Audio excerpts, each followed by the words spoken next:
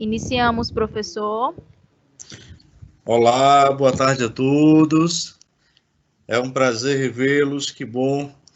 Digo a todos que esse era um momento esperado, bastante esperado, tá? Espero que todos estejam bem.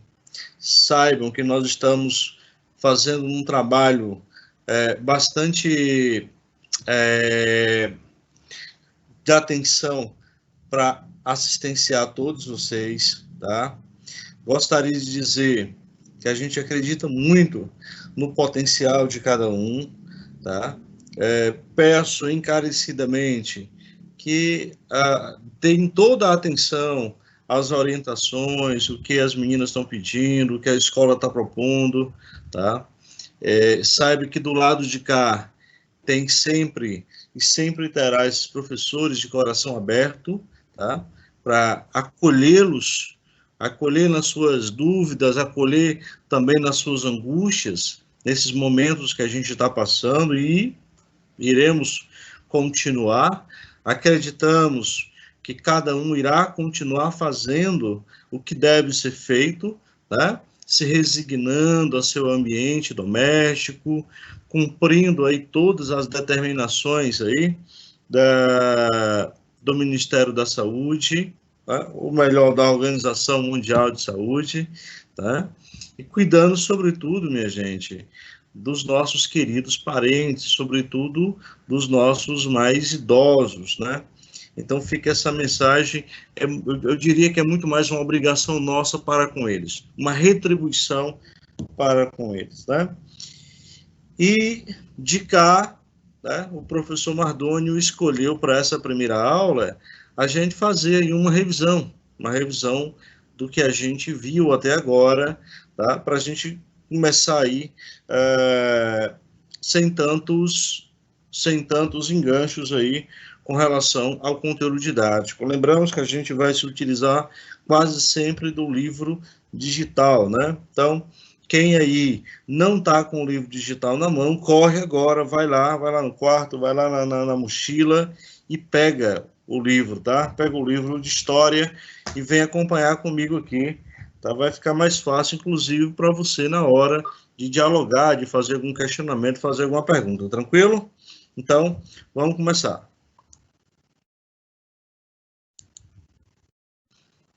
Ok, né? Tudo tranquilo aí, Ana?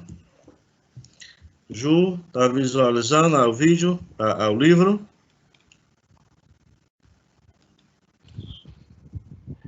Tá ok, Mardônio. Tá massa, né? Show de bola. Minha gente, olha só, no capítulo 1, a gente traz uma discussão sobre a formação ocidental, né? A formação da civilização ocidental, sobretudo na Idade Média, sobretudo na Idade Média. Vamos se lembrar que o Brasil, ele é constituído, ele começa a se formar, e aqui quando eu falo se formar, eu estou falando da influência ocidental. Até então a gente só tinha os nossos índios aqui, tá? Os nossos ancestrais, mas a influência europeia, o chamado eurocentrismo, começa sim ali no mesmo período de domínio dos bárbaros, né, dos chamados bárbaros aí na Idade Média. E o primeiro povo que nós estudamos foram os francos. E olha só o que eu descobri, né? Tá no YouTube, inclusive, tem um evento, tá aí na sua página, aí na página 12, eu consegui esse videozinho aqui, não sei se vocês vão conseguir ver esse vídeo aí, tá? Em detalhes, talvez não, mas eu vou narrando algumas coisas aqui. A proporção que for apresentando, em Goiás, né, a cidade chamada Pirinópolis. Todos os anos aí. Professor, seu áudio está cortando bastante. O áudio está cortando bastante. Isso, agora deu uma melhorada. Pronto.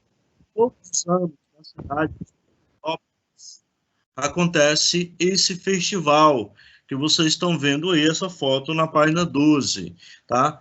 Infelizmente, a gente não tem acesso aqui em qualidade com vídeo, mas entenda, esses dois cavaleiros, que são 12 no total, de um lado e de outro, representam 12 cavaleiros cristãos, tá? Que foram convertidos.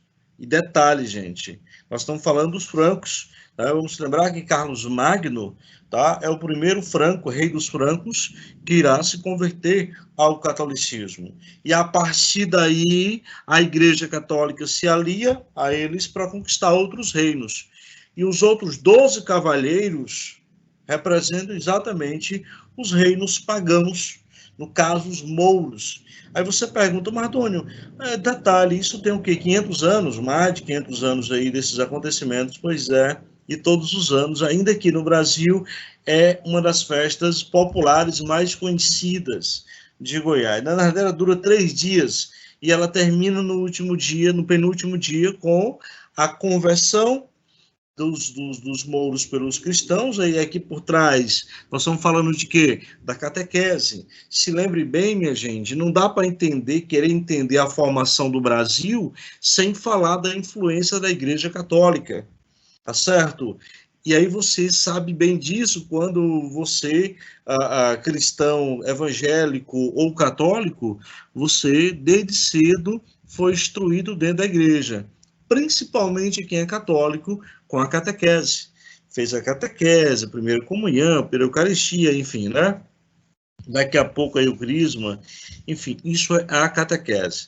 Então, o livro traz essa dimensão para a gente aí, tá? A gente vai avançar um pouquinho aqui. Vamos para a página 15 do nosso livro, onde ele vai estar mostrando para a gente aí o mapa europeu, tá? Claro, o mapa europeu, com a influência do Império Romano no Ocidente e no Oriente, né? Observe bem que o cristianismo ele é dominante nesse período, tá? Vamos passando para a página 16. Eu vou mostrar para vocês aqui a questão da mitologia, gente, da mitologia nórdica, né? Da mitologia nórdica. E aí é um assunto que é comum, né, a todos vocês. Sobretudo aí, quem gosta aí de filmes da Marvel, você vê esse personagem aí, o Thor, né? Filho de Odin, enfim, são deuses da mitologia que foram homenageados, na sociedade ocidental, né? Em várias sociedades, nos Estados Unidos, nos dias da semana, aí, no dia de Thor, enfim, né? Tem toda uma significação. A gente vai continuando. Eu queria que você desse uma olhadinha, gente, na página 19. Né? Daqui a pouco eu pergunto para vocês que praça é essa, tá? Que praça é essa?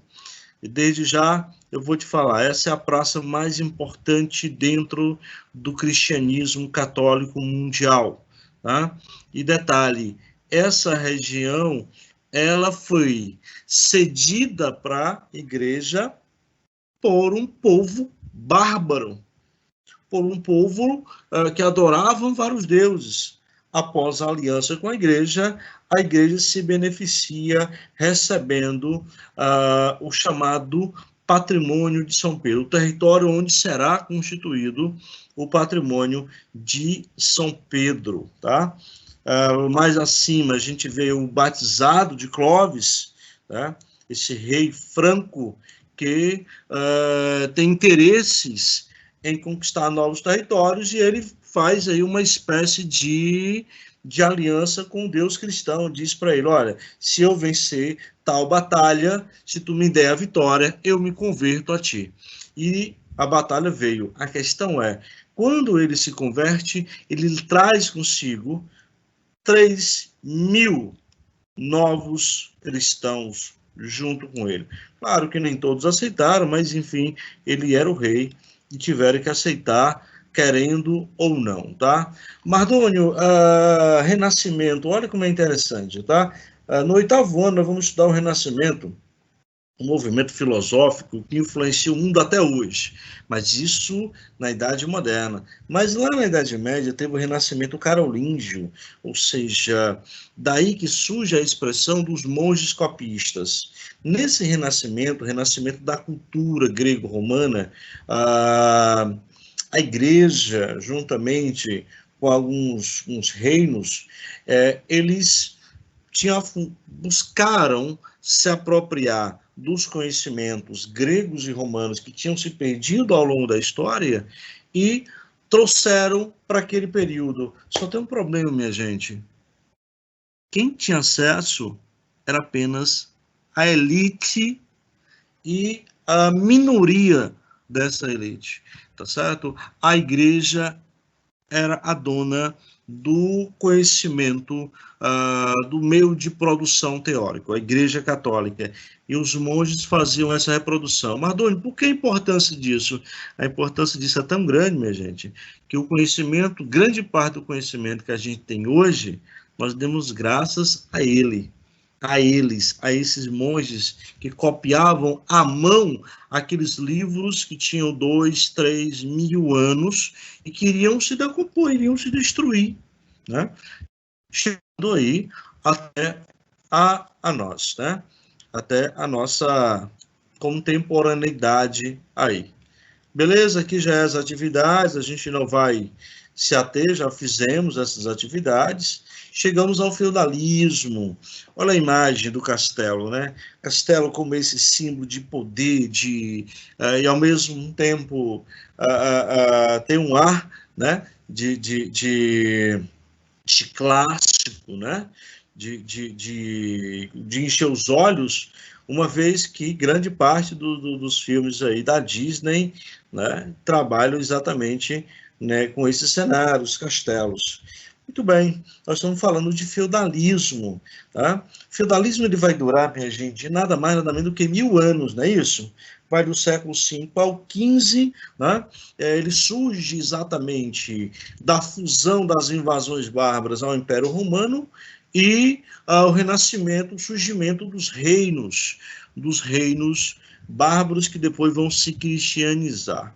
Muito bem, aqui vocês têm aqui mais uma vez uma relação de vassalagem, suzerania e vassalagem. Lembram bem que eu falei disso em sala de aula, né? Quem que era o suzerano, quem era o vassalo? A sociedade feudal, ela é eminentemente rural, então a grande maioria não tem terra, ela deve prestar, essa pessoa que não tem terra, essa família vai trabalhar para um senhor feudal, que vai se tornar o seu suzerano, e quem recebe a terra é o vassalo. Aqui você tem o juramento de fidelidade. E detalhe, gente, a igreja estava sempre por trás, sempre dando a tutela dessa relação aí de dominação, tá? O clero, alto clero, baixo clero, tá certo? Era bem estruturado, onde você tinha lá o papa, bispo, arcebispo lá no alto clero, depois você vem ali com o baixo clero, tá? Essa imagem que vocês aí estão presenciando aí desses dois cavaleiros, vou voltar aqui um pouquinho, isso, esses dois cavaleiros travando uma batalha, tá? Ela diz muito para a gente, na página 35, ela diz muito para a gente de como é que era a sociedade medieval. Ela é uma sociedade que prega 3 características básicas relacionadas à sociedade. Você tem 3 grupos sociais. Esse daí representa a nobreza. Qual era a função dos nobres? Exatamente combater, duelar, proteger, né?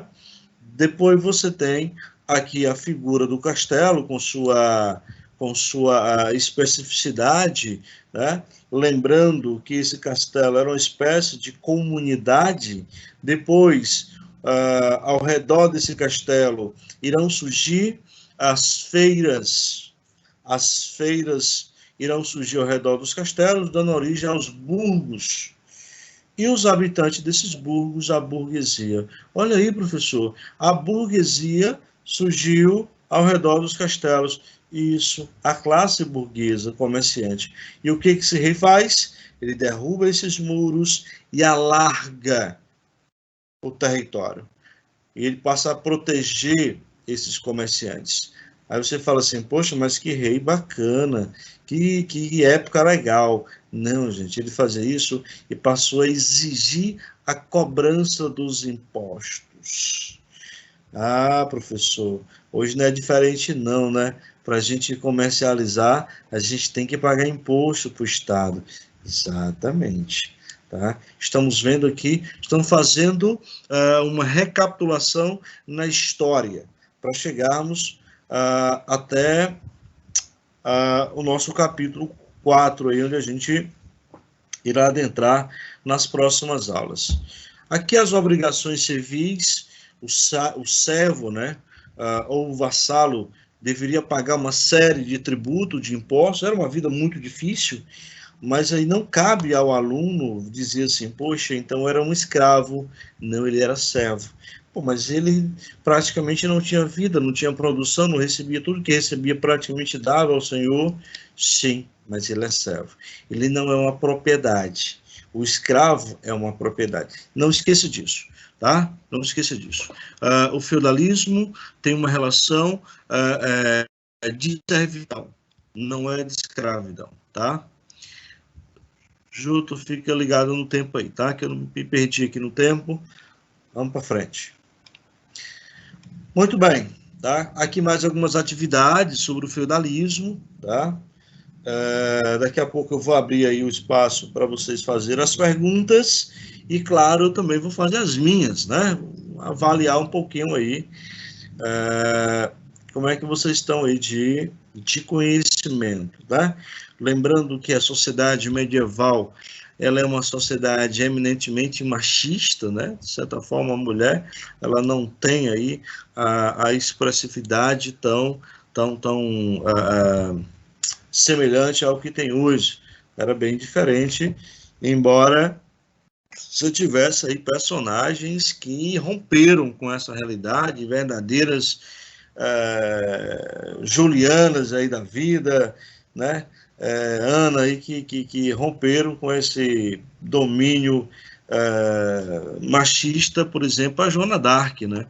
A Joana d'Arc, ela é esse personagem que rompe com os padrões da época e vejamos hoje quem é a Joana d'Arc, símbolo no mundo inteiro de resistência, de esperança aí nesse mundo que nós estamos falando. Gente, aí nós vamos encerrar agora falando do terceiro capítulo, né? Que é o islamismo. Chegamos a discutir isso em sala de aula, né? Os árabes e o islamismo. Estamos falando, minha gente, da segunda maior religião monoteísta da história. A primeira é a cristã, desculpa, tá? É a cristã, a maior religião do mundo ainda é os cristãos.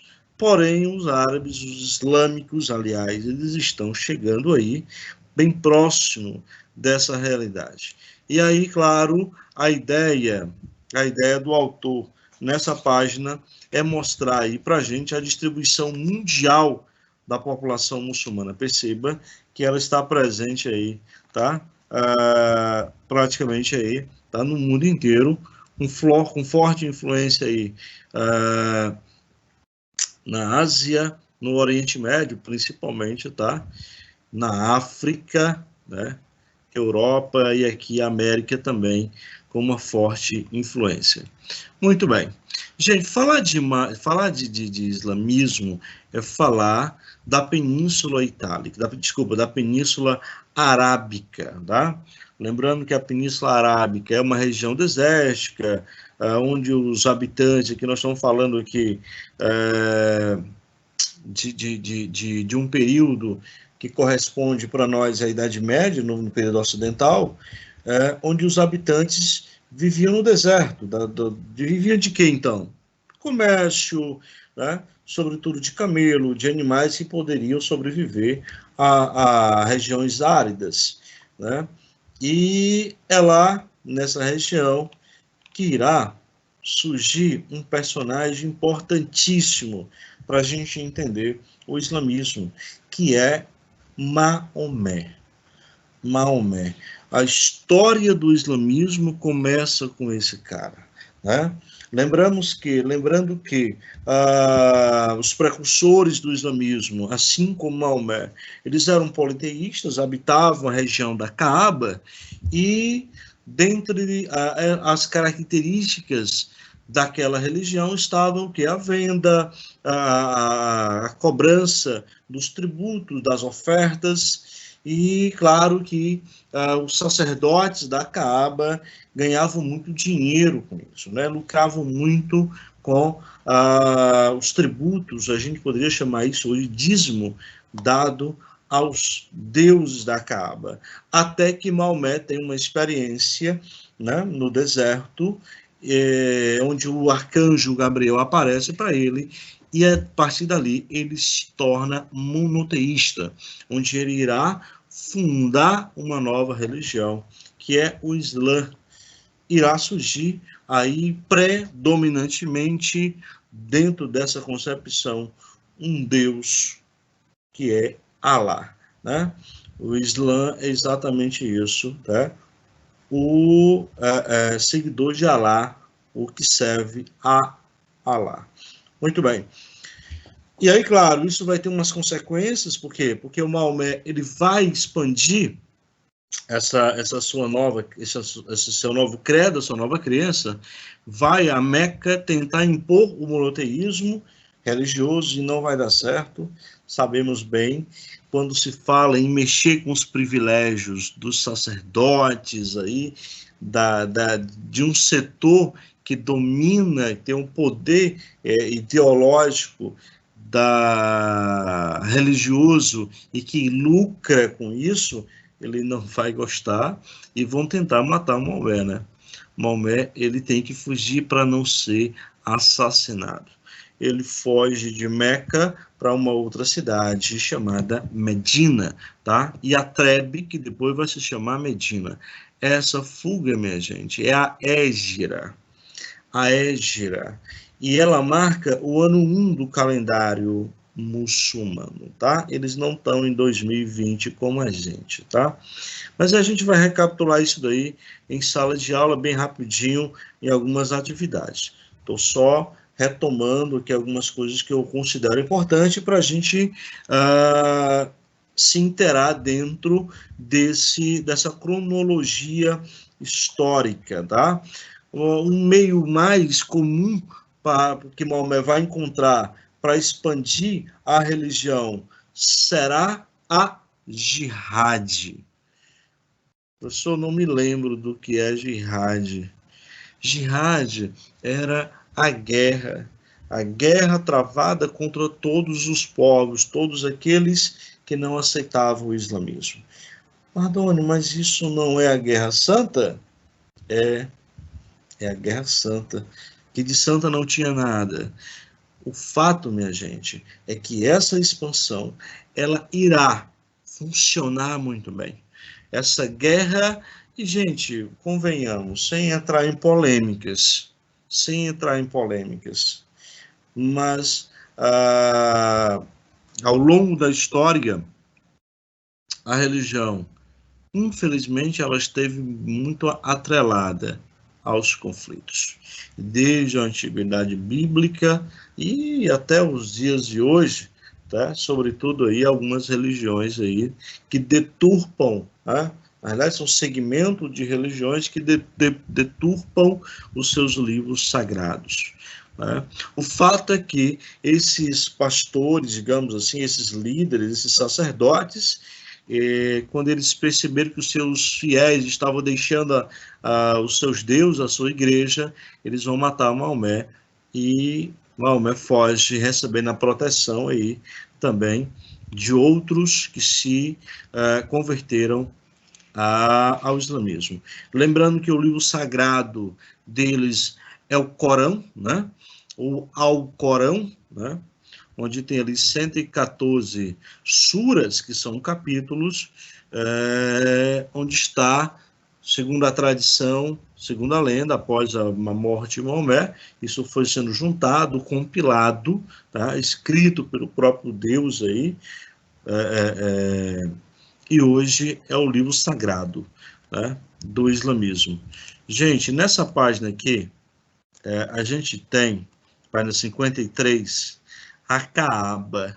Ela ainda existe, ela ainda é povoada. Esses eventos, agora não, porque devido à pandemia, está proibido o culto à Caaba, tá? A reverência feita à Caaba, que é o centro islâmico ainda, né, de referência, o maior deles de referência, mas tem outros, né? Tem outros. Vamos lembrar que Jerusalém é também um grande ponto de peregrinação. E aí, detalhe, né? Jerusalém é exatamente a sede das três, digamos assim, maiores religiões aí do mundo, né? O comércio, a cultura islâmica, muito interessante, tá? A cultura islâmica, aqui ele traz, o autor aqui traz na página 57 a historinha, né? Um breve das 1001 Noites, eu acho que vocês já deram uma olhadinha, tá? Muito famosa aí nos livros, né? A ciência, o avanço da ciência, com bastante destaque para aquela região, né? As atividades, eu acredito que a gente também fez essas atividades em sala de aula, né? Muito bem. Então, eu queria aqui só... É isso. Aqui a gente já vai estar entrando aqui no capítulo 4, tá? E aqui é matéria para a nossa próxima aula, tá? Eu acho que, por enquanto, é isso. E agora, se ainda tiver algum tempinho, Ju, aí, e os alunos quiserem fazer alguns questionamentos, algumas... Mardônio, tem duas dúvidas aqui. Manda. O Guilherme está perguntando qual é a segunda maior religião. Tá. E o anônimo, que eu acho que é o Juan Dantas, ele está perguntando em que ano os muçulmanos estão hoje? Ou estão hoje em dia? Em que ano os muçulmanos estão hoje em dia? Certo. Muito bem. Vamos nós. Professor, só para informar em relação ao tempo, nós temos 2 minutinhos, tá certo? Para a gente poder encerrar. Tá bom, eu acho que é o suficiente para a gente encerrar aí, tá?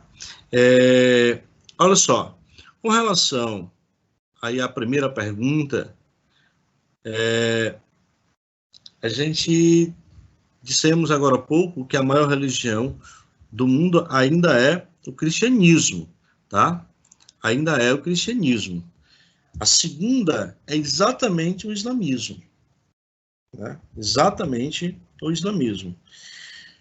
Com relação à segunda pergunta, ele pergunta em que ano eles estão hoje, né?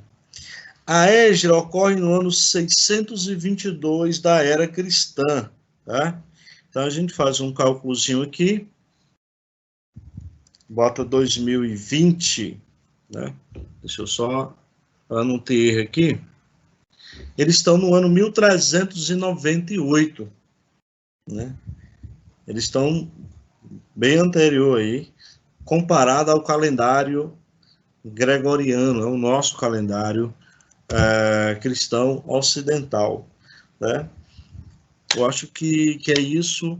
Gente, eu fico muito feliz que a gente tenha voltado, a gente vai exatamente melhorando aqui a proporção que a gente vai se apropriando dessas novas ferramentas, como todo mundo sabe, isso é novo para todo mundo, inclusive para a gente, tá? Mas o importante é que você está aí. E traga os seus colegas, chame eles, tá?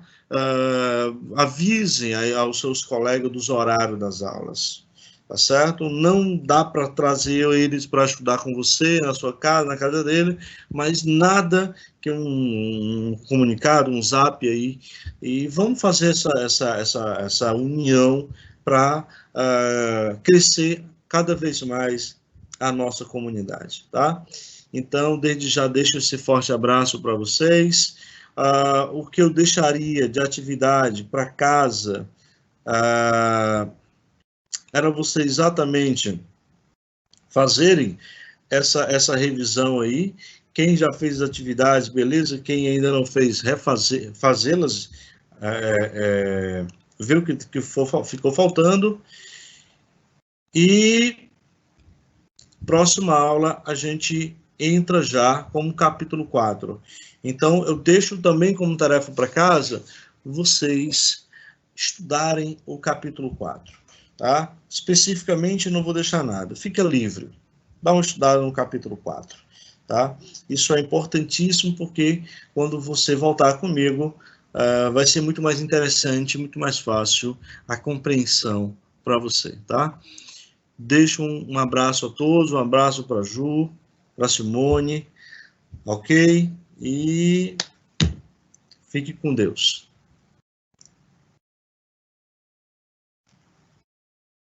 A gente está